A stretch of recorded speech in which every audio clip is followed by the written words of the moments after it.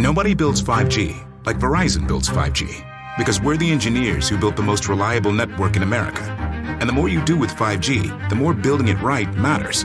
The more your network matters. The more Verizon engineers going the extra mile matters. It's us pushing us. It's Verizon versus Verizon.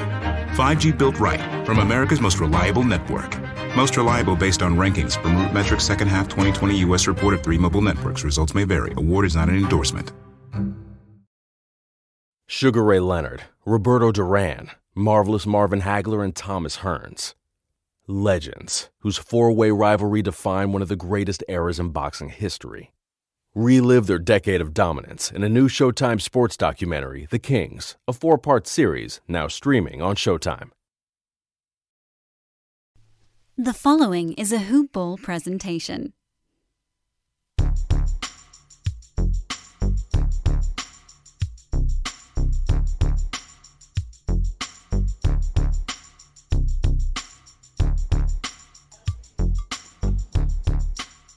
Hello, and welcome to the Hoop Ball DFS Today podcast. I am your host, Mike Apatra, joined by my good buddy, Haaris Kermani. We're here to break down this wonderful Sunday slate for you guys. It is June 13th. We got 2 playoff games to talk about. Coming off of a little bit of an underwhelming game last night, but at least we got to see the series continue, and I think that's always a positive if you're a net basketball fan. So looking forward to this, man. But Haaris, how are you, my friend? It's been an entire week. How was your week?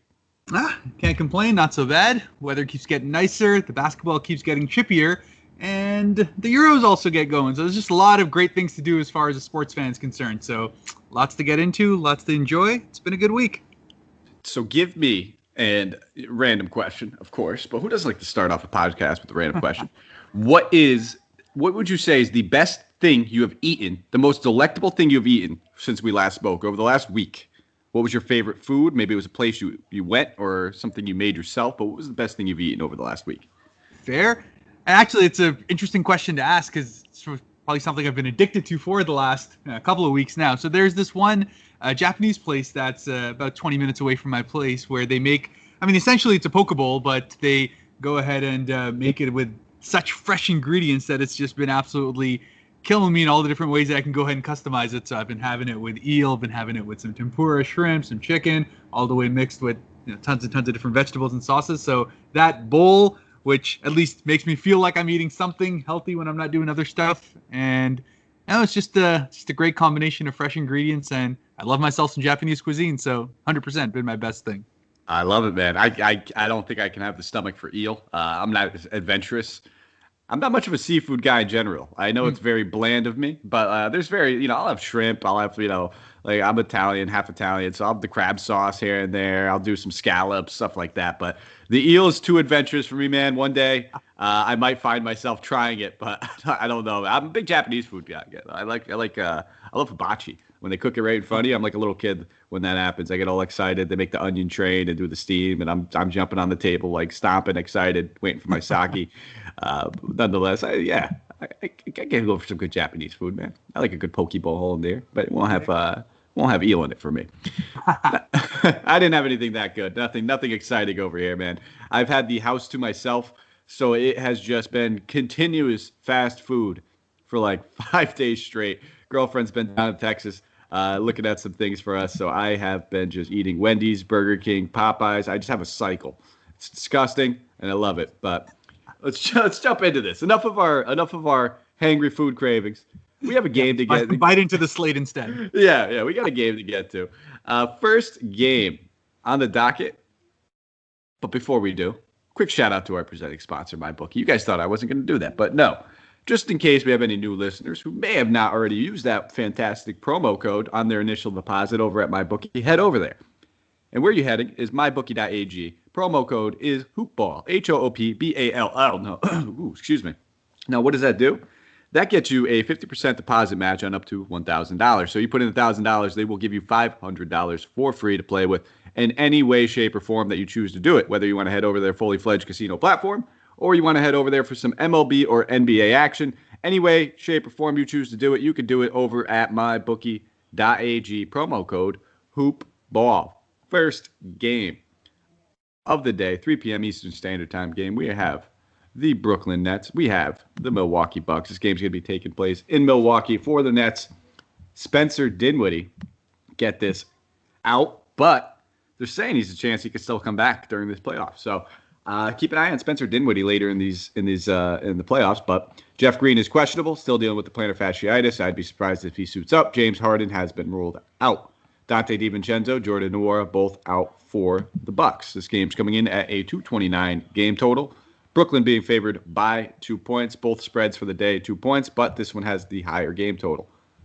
I will pass it over to you, Harris. Talk about this away team for me. Break down some of the Brooklyn Nets. Absolutely. And first of all, I want to throw it out there in that I absolutely do not believe this total today. Like, it's the last game, which was an absolute grinded out affair. I feel like Milwaukee has found that is going to be their only potential chance of trying to keep themselves alive in this series, try to beat up the Nets as much as possible. PJ Tucker got absolutely into it throughout with Kevin Durant, and I expect more of that. So, just as a side thing, I do believe this will be a lower scoring game than it otherwise seems. But what that does mean is that we're going to get to see a lot more of pretty much that three-headed monster as far as the Brooklyn Nets are concerned, which, obviously you have Kevin Durant, you have Kyrie Irving coming there, but the nice wrinkle to all of this has been Bruce Brown, who's pretty much moved into that shooting guard role in the absence of James Harden. But more so than that, they just like shoving him all over the floor. They pretty much had him at center last game as well, and he ended up racking up 11 boards. And for a guy who's been only 6'4" as far as height's concerned, for 4,700, he has become pretty much the most, responsible and reliable rotation guy for the Brooklyn Nets. So, it's a guy I've been looking a lot into. I'm finding him in a lot of my lineups, and 100% he's going to be there.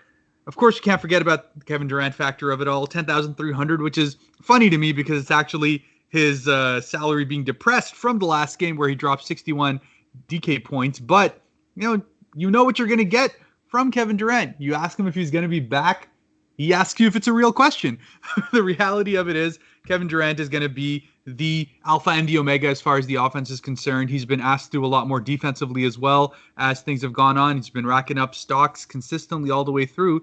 And for a team and a slate in general where there's just not too many, I'd say, value plays, but a lot of mid-tier plays to be able to make it up, you're going to have that one stud. And for me, it's either Kevin Durant or later on in the Denver side, the other one. So those are really the major ones. There's obviously little small picks here and there, depending on how you think the game would go. I do think that perhaps we're going to get to see a little bit more of Mike James for his 3,900. He's kind of been depressed in his minutes for the last two games, but I think they found that he did quite well in his first two home games there, and I'm feeling we're going to get to see a little bit more of him there. So in GPP scenarios for 3,900, I'm going to have a sniff of him as well. Nobody builds 5G like Verizon builds 5G, because we're the engineers who built the most reliable network in America. And the more you do with 5G, the more building it right matters. The more your network matters. The more Verizon engineers going the extra mile matters. It's us pushing us. It's Verizon versus Verizon. 5G built right from America's most reliable network. Most reliable based on rankings from RootMetrics second half 2020 U.S. report of 3 mobile networks. Results may vary. Award is not an endorsement. Sugar Ray Leonard, Roberto Duran, Marvelous Marvin Hagler, and Thomas Hearns. Legends, whose four-way rivalry defined one of the greatest eras in boxing history. Relive their decade of dominance in a new Showtime sports documentary, The Kings, a 4-part series now streaming on Showtime. Can't fault you. I can't fault you there at all. Mike James is actually one of the guys I had starred as one of my contrarian GPP plays. I think a lot of people are probably going to go back to Bruce Brown, and wouldn't blame you, rightfully so. I think both these guys are solid options, nice little ancillary pieces if you want to, load up on some of these other big guys. Like you said, I think Durant's a fantastic play. Obviously, I prefer him over Kyrie, and the price tags reflect that. Honestly, I don't see myself getting with too much Kyrie Irving at all, just not the way that my builds are initially going. And I don't obviously like the matchup either. It's a great pace, all that. I don't think Kyrie's usage is going to be, faulted at all. I think he's going to get the shot attempts. I think he has a very good chance of meeting value. Just don't like to pick on Drew Holiday. When I have other options I can spend up on who aren't going against a guy like Drew Holiday, that's probably the way I'll go. So I'm with you. Durant, top option on this team. I don't mind getting some shares of Blake Griffin as long as he's going to be playing 30+. He's been pretty much hitting that 5x value for the most part of this series, even in that first game. Overperformed. So I don't mind going back to the well there. And then, like I said, I'll look at some I'll look at some Mike James, and I think I'll look at some Bruce Brown as well. And it's worth noting, Joe Harris's price tag starting to get down there as well. He's only 5,500. He hasn't been shooting the ball all so well over the last 2 games. In fact, only shot, I believe, 1 of 11 in the last one, 1 of 7 from deep. Wouldn't dismiss a good bounce back game from Harris. We've talked about it throughout the season. Best way to attack Milwaukee is from that 3-point line. Very vulnerable out there. So pretty decent price tag, and wouldn't mind a good bounce back. I don't want to say, five Nets are guys that I'm looking at because that's not optimal. But those are the guys I'm keeping my player pool, and I think I'll be mixing and matching some Joe Harris in there as well. But we will slide over to the other side of the ball, the Milwaukee side of the ball. I think I got a lot more interest on this side of the ball, my man. But I'll pass it over to you. Let me get your thoughts on Milwaukee before I take over. Yeah, no, I agree. It's definitely a more interesting side of things, especially kind of seeing how the rotations and really the offense is playing out. I mean, they set an NBA record, 79% of their total points coming in between Giannis and Chris Middleton in the last one. So 100% showing exactly where the offense is coming from. That being said, I haven't been all that impressed with how Giannis has been playing throughout the series. I feel like he's once again getting into that little bit of a bubble in which he doesn't know what to do as far as his bag is concerned. Once the wall comes in front of him when he has to start playmaking, he's been struggling. On the other hand, Chris Middleton, who's become pretty much my favorite mid-tier guy almost throughout the season, but it's just one of those where, especially at home versus away, where he's actually shooting 50% in this postseason versus 37% away from home, dropped outside of the one blowout game, has been above 48 DK points in the 2 playoff games that he's played at home. 100% the big guy that I'm looking for as far as my small forward side is concerned. That mid-tier play who absolutely killed it the last game, 56.75 DK points. Got 25 shot attempts. I don't expect anything to be different whatsoever as far as that offense is concerned. They require him to be their primary shot maker. But those ancillary pieces that you're talking about, my favorite ancillary piece of them all as far as Milwaukee is concerned has been Brook Lopez. One, because of the fact that he's 100% been the anchor of the defense as far as it's concerned, and his price tag never seems to change, even though he's pretty much hit 5x value in about 60% of his games in the postseason so far. But he's actually at his pretty much lowest as far as 4,400 is concerned. So 100% one of my favorite guys. It's kind of been an interesting wrinkle as far as his game's concerned because he's moved from what used to be an absolutely dominant paint presence, throwback in the post, killing it, to an outside 3-point specialist. And now he's kind of stepped back into that post-domination role. Even though he averaged about 4 to 5 3-point attempts a game throughout the regular season, he's only eclipsed that once so far in these playoffs. So it's been kind of an interesting turnaround where he's gone back to kind of his bag as far as the paint is concerned. He's been dominating in there. And in the last game, he kind of showed you his upside as far as blocks are concerned. So it's just one of those things where even though he may not be scoring as much as he was before, it's just a great spot to be able to get him some value. And the other area of kind of minimum where I'm actually half interested, only because of the minutes that he gets, and I do think he'll eventually start to hit some of those corner threes, is PJ Tucker at 3,200. It's just been one of those where, you talk about rock solid playoff guys who are essentially meant for this format rather than the regular season. He just has been shooting absolutely balls. He hasn't been hitting anything, only hit 1 3 so far in this series, but the minutes will just continue to be there. He'll continue to be the primary defender on Kevin Durant. And he's always been one of those guys that can get you sneaky value as far as stocks are concerned. And it's just kind of been lacking out there. So if we're talking contrarian plays, PJ is someone that I have interest in as well. Yeah, and let's be real. Anytime we play PJ Tucker, don't ever expect to light the world on fire. He'll have like 1 or 2 of those 35 DK point games, I feel like, per season. And if you hit him on one of those, you're gonna be cashing, riding home to the bank. But they're few and far in between. Like you said, the usage, it's abysmal. He doesn't take a lot of shot attempts. If he does, it's those standing in the corner 3-pointers, or maybe he gets like a putback here and there. His primary role is going to be defending Kevin Durant, getting under his skin, running around, spending a lot of that time on defense, a lot of the energy on defense, using up his fouls as often as he could, I'm sure. But nonetheless, if you need that dumpster dive price tag, if it means that you're getting, 3 studs in there, then yeah, sure. He's not going to, ever destroy you necessarily, but he has a little bit of that upside in there. So I'm with you. I like some PJ Tucker. You touched on Brook Lopez. I've touched on him, I think, at the beginning of the series. I think he's going to be the biggest X factor in this series, and he's been playing great. Only 3 points in that last one. I don't expect him to have 6 blocks every game, but it just goes to show you that he has a couple things in his bag. He has a different avenue to getting to his points every single game. He can do it in blocks. He can do it with threes. He can do it in the paint, like you mentioned. Never going to be the biggest rebounder on the team. That's always kind of been his knock, but he can get it done with 5, 6, 7 rebounds here and there too. So absolutely love Brook Lopez. And you touched on Giannis and Middleton. I think both these guys are absolutely fantastic options. Giannis did get caught pretty much looking like he had no moves in his bag. I think everybody's seen that clip going around on Twitter, on YouTube. With that being said, I saw what I needed to see from Giannis in order to be okay with spending up on that price tag. And I touched on it, why Mike Budenholzer is one of the worst coaches in the NBA. And he must have heard me, because Giannis came out and played 44 minutes. And if you're giving Giannis 44 minutes, sign me up. I don't care how bad his bag is. I don't care how bad he is at shooting. I don't care how many free throw violations he gets.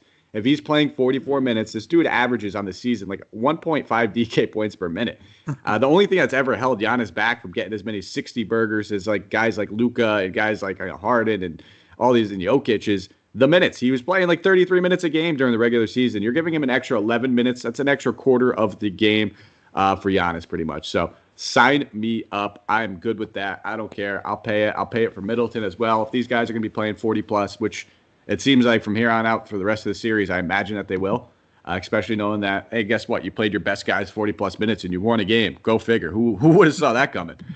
Nobody but me. I like both these guys. I wouldn't even mind sprinkling in some Holiday. He's probably, I think with most people, the third option out of those two guys. But Giannis, top-tier option. He's my favorite stud on the slate. I am going to pay for him. I'm going to, in lineups where I don't pay for him, I'm making sure I have Middleton as my hedge. And I probably have Lopez in all of them. I might just roll out 100% Lopez at that price tag. I just think that's a fantastic price tag. Even if he doesn't hit that 5X, he's not missing it by more than a point or two. So I'll take that one off the chin, but I expect him to get to that 25-point mark, giving me about a 6 to 6.5X return on him. So that's it for me. I'll be looking at a ton of Giannis, a ton of Lopez. I'll hedge my bets with some Middleton where I'm not playing Giannis. Probably won't get to too much Holiday, and I'll sprinkle in a PJ Tucker share when I need it for value. That's a mouthful. Feel like I need a sip of water, but I'll wait till I pass it off to you. We'll get to the next game now. 8 p.m. Eastern Standard Time game. We have the Phoenix Suns traveling to Denver. They are taking on the Nuggets. For the injury report, PJ Dozier, Jamal Murray both ruled out. Just Abdul Nader for the Suns. He has been out, and he'll continue to be out. 221.5 game total. I think it actually just went up since we started the podcast. I believe it did. I think it went up about a half point. And, yeah, is you got 222 now over there? Yeah. Okay, yeah, so it did go up. And then we have Phoenix, like I said, 2-point spreads all around, favored by 2 points in this one. Pass it over to you. Talk to me about the away team. Let's get to some Suns action. And Phoenix, if there was ever a embodiment of man on a mission, that's been pretty much Chris Paul, who, as far as, his salary is concerned, he's been absolutely smashing it. So he's probably going to be 100% owned for me throughout this slate. Every single lineup I've made has had him in there. And why not? The dude's dropping 49, 50, 52 DK points in his 3 games. And really the only reason his salary was down is because he couldn't get up a shot in that first series with that shoulder. Obviously looks to be completely fine now. Has hit double-digit assists in 4 of his last 5 games as well, and just continues to be the engine that drives this Phoenix Suns team forward. And for a team that's looking to make history, get themselves back into a place they haven't been for over 20 years at this point. In fact, 93, I believe, is the last time. Oh, no, sorry, 2007 they made the conference finals. But beyond that, just been a long, long time since the Phoenix Suns have been relevant. So for them, I think this game is incredibly important. They want Chris Paul to have as much rest as possible going into a conference final series. They don't want him to play a deep series going in. So I believe Phoenix is going to go all out to be able to go and get this game, which means Chris Paul, Devin Booker, these guys are going to be absolutely going off. And Chris Paul is my preferred guy over Devin Booker, one, because of the price, but secondly, just because of how Chris Paul has found himself more and more involved, not only in the shot making, but just getting far, far more engaged as far as the assists are concerned as well. So just a great spot to be able to get him. But there are a couple of good guys as far as kind of mid-tier value for the Phoenix Suns. And we've spoken at length about Jay Crowder up till now. That continues to be that solid guy that you can get to round out your lineup at 4,600. He's going to hit you that value pretty much every game. He's been sitting at about that 25 DK points for essentially the whole playoffs. He had a couple of bigger games in that LA series, but you pretty much know what you're going to get from him. So if you are pretty much looking to round out the lineup out there, make sure a guy who isn't going to destroy you, likely going to hit value, that's a good spot.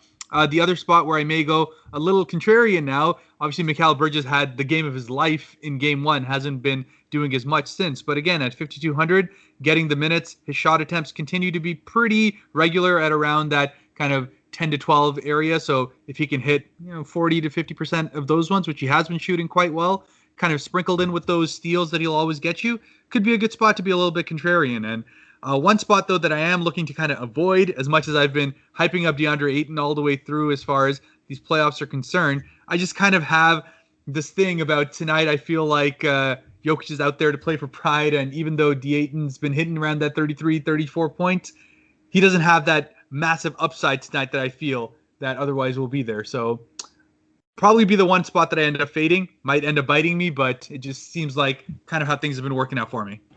One thing I've noticed with DeAndre Ayton specifically in the series is he's doing his best defensively, and I think he even came out and he said, guys, I know you're looking at that stat line, and he's like, kind of did like the Lou Williams, Patrick Beverly, like, I promise you, I tried. We tried. We did everything. We tried. But he's not challenging as much defensively, and I think a lot of it's just because they need him on the floor, and they are trying to limit his fouls. So if he were to sit there and challenge every, Jokic shot, this dude wouldn't make it through the second quarter. He'd find himself in foul trouble very early. So you kind of see him playing a little bit more, I wouldn't say timid, but cautious. It was because once he's off the floor, Jokic is going to be able to have free reign on anybody he wants, and he's still doing that even with Ayton. But it's not going to be any better without Ayton. When you throw guys like Kaminsky and Saric out there, it'll be dangerous. So I'm noticing that, and I'm not saying he's a guy I target because of his defensive ability, but taking away a steal and a block, that's pretty big from this guy's value. So I'm with you. I still think he's a very, very good option. But when you have Brook Lopez down there, or you can just go spend up on Jokic in a game that feels like it's pretty must win for him, I feel like I go with the other options over him. But still a very, very good option. I love Chris Paul. I'm going to make sure I get some shares of Chris Paul. Prefer him over Booker. And to be honest, I don't see myself having any shares of Booker. 8,100 is a good price tag for him. Don't get me wrong. I just prefer to either spend down on Middleton. I mean, I think him and Holiday have pretty similar floors in this matchup, and Holiday's even much cheaper. So I think I'd probably opt to go with those other guys over a guy like Devin Booker. For me, it's going to be Jay Crowder. It's going to be Chris Paul. And if I needed to take a dumpster dive stab at somebody, it might be somebody like Cam Johnson, who can get hot from three, who's pretty cheap and has been playing a consistent role right around 20 or 18 minutes. Nothing crazy, but that's the thing when you're looking at contrarian lineups and GPPs on 2-game slates. You need that guy that's probably playing 18 to 20 minutes who can get you that 25 or something. I think we saw Paul Millsap a few days ago be that guy for a lot of people in GPP. So that's it for me. That's all I'm really looking at on this Suns team. I got some interest on the Nuggets, but I'm picking my spots, man. And I gotta cross some guys out of the player pool. And it doesn't feel good crossing Booker off and crossing Kyrie off in the earlier games, but I'm doing it. I got to take a stand somewhere, and that's where I'm doing it. So I'll pass it over to you. We'll slide over to this Nuggets team. I got a lot of interest in it, but I know you were talking about the Jokic. I kind of mixed that up. Give me your thoughts. Are you playing him? Do you prefer him over guys like, Durant and Giannis? So for me, I have been playing him. On the other hand, I actually have found myself not having nearly as much Giannis as I thought. I may have to readjust some lineups to see what it is, but it's pretty much been between Durant and Jokic for me as far as my studs are concerned with regards to the lineups. Now, of course, I mean, Jokic is just one of those where, look, the dude dropped a 30, 20, and 10 in the last game, went ahead and became the third guy ever in NBA history to go ahead and do that. And for a game where, look, it's 3-0 down, you're playing at home, you're playing for the absolute amount of pride here that you don't want to get swept out in a series where, frankly, it should have been far more competitive than it is. I feel like that Michael Porter Jr. kind of injury, his back has stiffened up to a point where it's clear that he is hobbled. And that's also one of the reasons why I'm able to kind of go ahead and fade him, even though his price tag is otherwise really, really enticing at 6,300. He just hasn't looked right to me this entire series. But with the Jokic factor over there at 10-6, 100% worth it for that price tag over there. He's going to get nothing less than 50. He just hasn't throughout this playoffs. He's only had one game that was a blowout in which he had 28. And I mean, that was way back in the first series. Don't count any of that. He's going to get you 5x value at that price tag. And it's all about whether he can be that next step again, as he did last game, to try and hopefully extend the series a little bit further. And frankly, on a personal level, I'm hoping that's the case because I don't think they deserve to get swept. But on the other hand, that has kind of brought in some of those guards in for the Denver Nuggets. And it's almost been like a circus in terms of how they are going about rotating it. But I think they're finally figuring out that, look, as much as Campazzo can do a lot as far as kind of getting under your skin, getting in there, he's just not going to be that kind of offensive factor that you're going to need at this point. And I'm glad they're going back to Monte Morris now. He finally got his minutes back to some sort of normalcy in the previous game. 30 minutes there, dropped 32 DK points as expected. He's pretty much been their second best player throughout this playoff, so it's kind of a surprise when he was limited as much as he was in the first 2 games there in the Phoenix series. So back to normal for him at 5,300, a great spot for me to be able to get him. And the other place that I've been surprised as far as his health is concerned and how good he has looked has been Will Barton.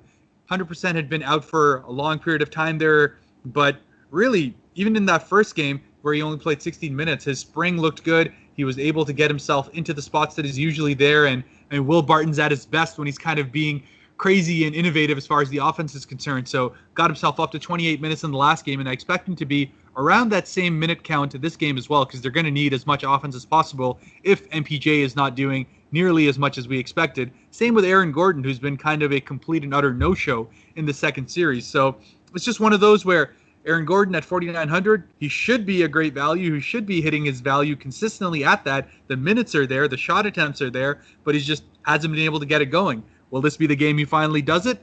I'm going to probably have a little bit of contrarian exposure to him to try to see if that's the case. But kind of my main guys as far as Denver's concerned has turned around to be Jokic, Barton, and Morris, and that's kind of just been where my lineups have find themselves going towards.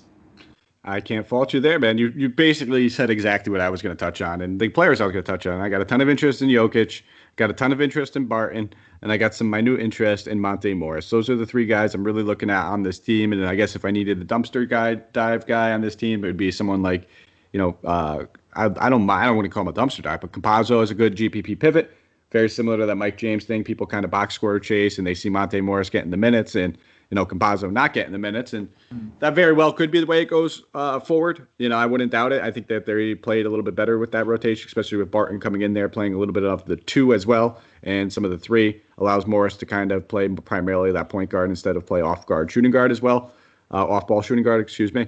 But for all those reasons, I could see taking stabs at him in GPPs. I don't feel crazy confident in Campazzo, but very similar. Just I expect the ownership to be down on him, and he can easily get it done, especially with the steals. So I do like some Campazzo as well. But those are I guess the 4 guys I'm looking at mostly.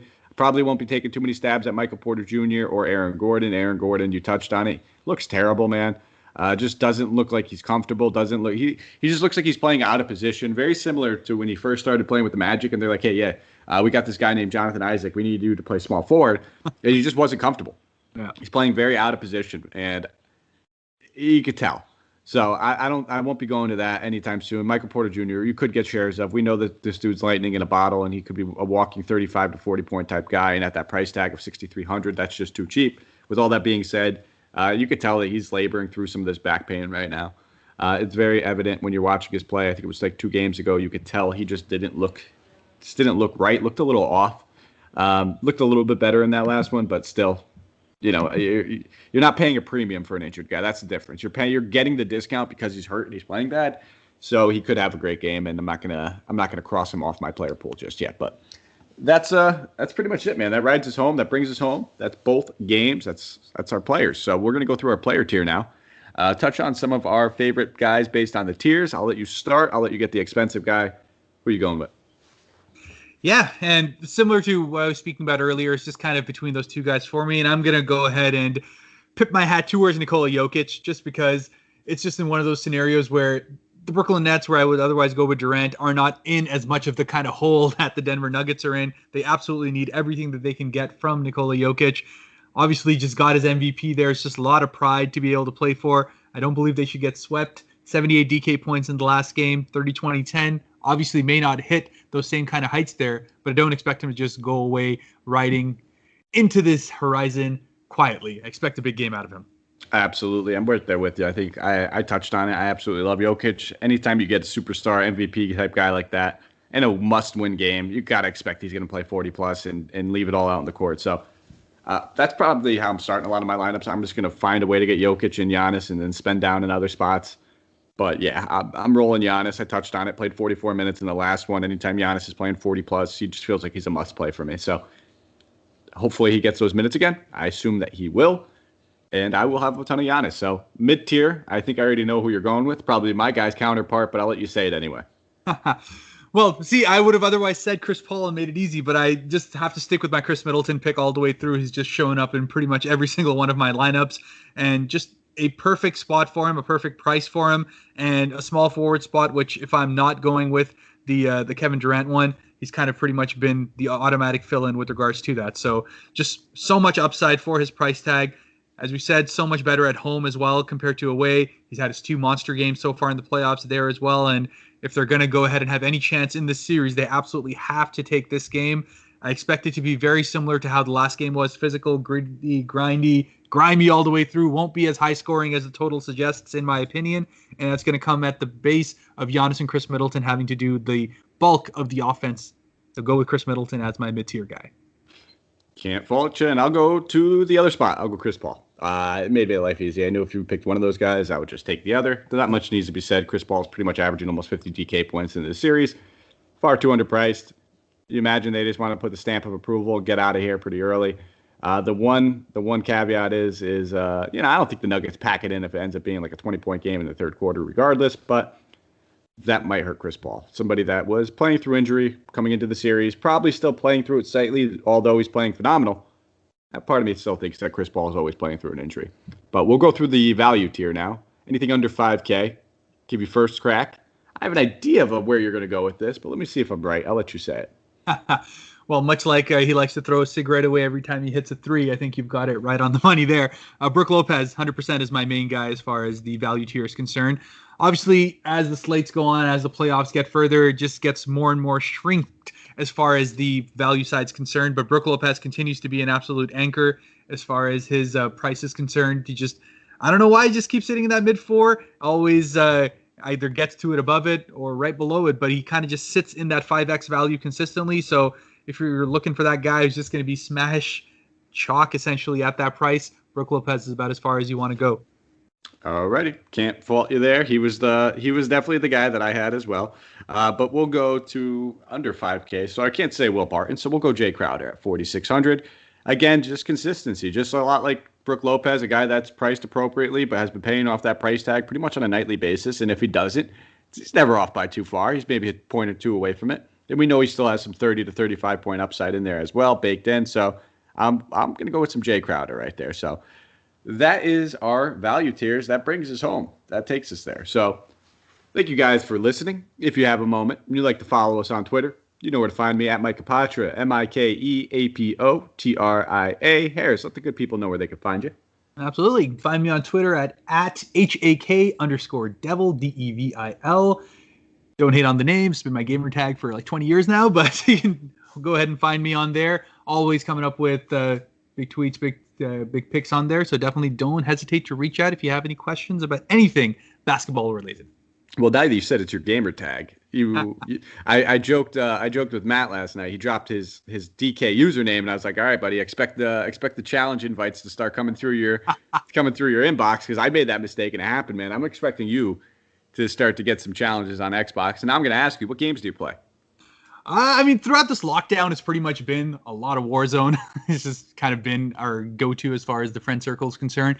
But outside of that, I love myself some Halo. I love myself some PES instead of FIFA. I'm not a FIFA guy. I played Pro Evo instead, so that's been the other spot. And otherwise, just a big fan of a lot of single-player games. Ratchet & Clank just came out this last weekend, so that's pretty much been what I've been playing for the last couple of days. Excited to go ahead and get that finished today as well. So lots of fun there. Right.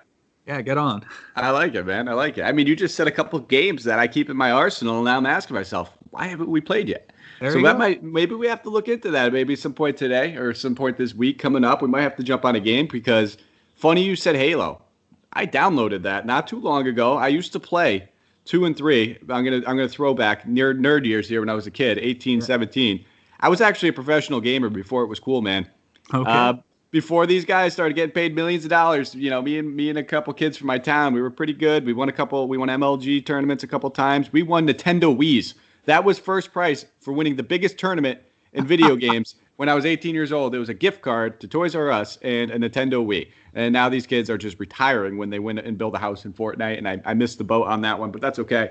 But yeah, I made a new name for Halo. And get this, man, I was pretty proud of it when I did it. I was pretty ecstatic. And now I get a bunch of hate in my Xbox inbox. It's Mr. Doncic. That's my gamer tag when I play Halo. And now I get Mavs stink, Mavs blow. How's that Clippers series? I get that sent to my inbox on Xbox. So not only do I get it on Twitter, I asked for it though. I invited it in there by making that my gamer tag. But we'll get on there. We'll play. If anybody else wants to ever play with me, hit me up on there too. I'm pretty nerdy. I like to dedicate a lot of time to Xbox when I have it, but I just don't have a lot of time. So that's it. That rounds us out, man.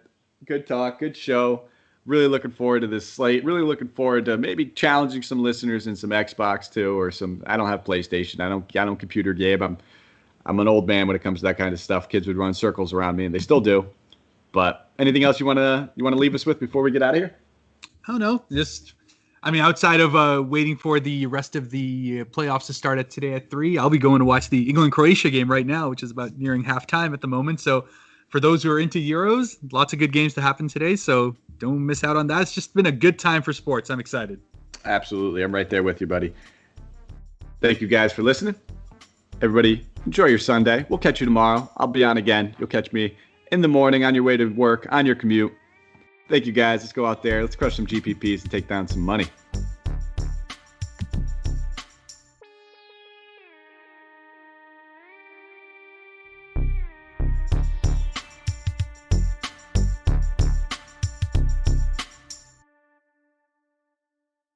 This has been a Hoop Ball presentation.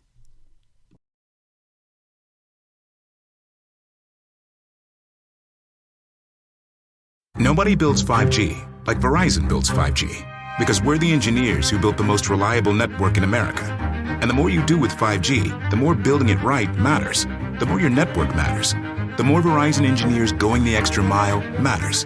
It's us pushing us. It's Verizon versus Verizon. 5G built right from America's most reliable network. Most reliable based on rankings from RootMetrics second half 2020 U.S. report of 3 mobile networks. Results may vary. Award is not an endorsement. Sugar Ray Leonard, Roberto Duran, Marvelous Marvin Hagler, and Thomas Hearns. Legends, whose four-way rivalry defined one of the greatest eras in boxing history. Relive their decade of dominance in a new Showtime sports documentary, The Kings, a 4-part series now streaming on Showtime.